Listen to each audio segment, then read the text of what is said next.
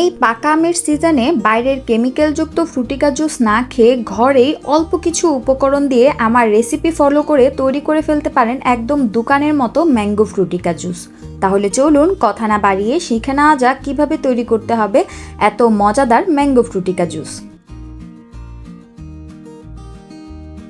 ফ্রুটিকা তৈরি করতে প্রথমেই চুলায় একটি প্যান বসিয়ে তার মধ্যে দিয়ে দিব 1.5 কাপ পরিমাণ কেটে রাখা পাকা আম।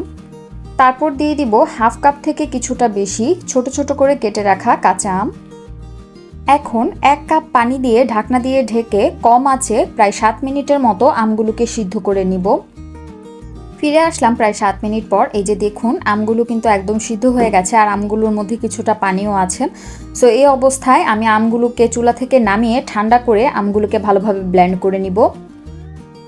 অন্যদিকে চুলায় একটি প্যান বসিয়ে তার মধ্যে দিয়ে দিলাম প্রায় 1 কাপ পরিমাণ চিনি এবং 2 কাপ পরিমাণ পানি। এখন পানিটার সাথে চিনিটাকে খুব ভালোভাবে নেড়েচেড়ে মিশিয়ে নিব আর অপেক্ষা করব পানিটাতে বলক আসা পর্যন্ত।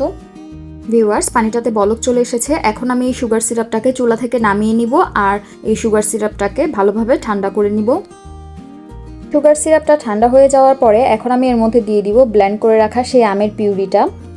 এখন একটি হ্যান্ড বিটারের সাহায্যে আমের পিউরি আর সুগার সিরাপটাকে খুব ভালোভাবে নেড়েচেড়ে মিশিয়ে নিব। আপনারা চাইলে এই কাজটা কাঁটা চামচের সাহায্যেও করতে পারেন। আমের পিউরির সাথে সুগার সিরাপটাকে ভালোভাবে মিশিয়ে নেওয়ার পরে এখন আমি এই জুসটাকে ভালোভাবে ছেঁকে নিব। ব্যাস, তৈরি হয়ে গেল কোনো প্রকার কেমিক্যাল ছাড়া একদম দোকানের মতো ম্যাঙ্গো ফ্রুটিকা। রেসিপিটি ভালো লাগলে বাসায় ট্রাই করে অবশ্যই আমার কমেন্টে জানাবেন আর ভিডিওটি ভালো লাগলে লাইক করবেন, শেয়ার করবেন এবং সাবস্ক্রাইব করে আমার পাশেই থাকবেন। ধন্যবাদ।